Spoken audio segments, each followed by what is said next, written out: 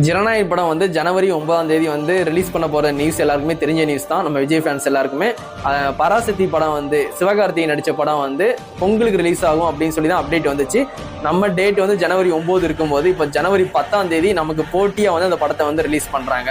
ஏன்னா விஜயனை வந்து அந்த கண்ணை வந்து கோட் படத்துல சிவகார்த்திகேயன் கொடுக்கும்போது இனிமே வந்து விஜயன் இடத்த சிவகார்த்திகேயன் தான் பிடிச்சிட்டாரு அப்படின்ட்டு வந்து விஜய் ஃபேன்ஸை நிறைய பேர் சப்போர்ட் பண்ணாங்க. அது விஜயன் அந்த கன் கொடுக்கறதுக்கு முன்னாடியே வந்து எல்லாருக்குமே விஜய் ஃபேன்ஸுக்கு ஒரு செகண்ட் ஹீரோ யாரு உங்களுக்கு பிடிக்கும்னு கேட்டால் சிவகார்த்திகேயன் தான் சொல்லுவாங்க. எனக்கும் வந்து ஃபர்ஸ்ட் விஜய் பிடிக்கும், செகண்ட் உங்களுக்கு சினிமாவில் யாரை பிடிக்கும்னு கேட்டால் சிவகார்த்திகேயன் படம் வந்து நான் ஓரளவுக்கு பார்ப்பேன், அவரை பிடிக்கும் அப்படின்னு சொல்லுவேன். அந்த மாதிரி விஜய் ஃபேன்ஸ் எல்லாருக்குமே பாதி பேருக்கு சிவகார்த்திகேயனையும் பிடிக்கும்.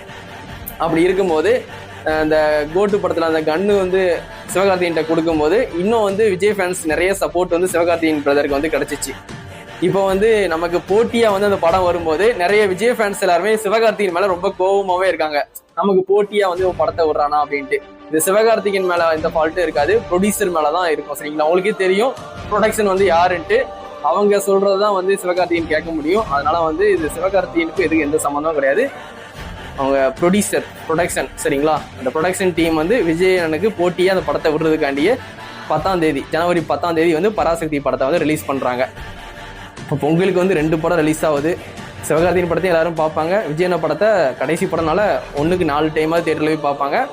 அமௌண்ட்டுக்கு எந்த பிரச்சனையுமே இல்லை. பொங்கலுக்கு எப்படியும் ஒரு 5000 rupees கொடுப்பாங்க நம்ம ஆளுங்கட்சி. அந்த காசை வாங்கி கரெக்டாக 2 படத்தையும் கண்டிப்பாக பாருங்க. ஜனவரி 9ஆம் தேதி ஜனநாயகன் படம் ரிலீஸ் ஆகுது. ஜனவரி 10ஆம் தேதி பராசக்தி படம் வந்து ரிலீஸ் ஆகுது. கண்டிப்பாக அந்த 2 படத்தையுமே கண்டிப்பாக தியேட்டரில் போய் பாருங்க.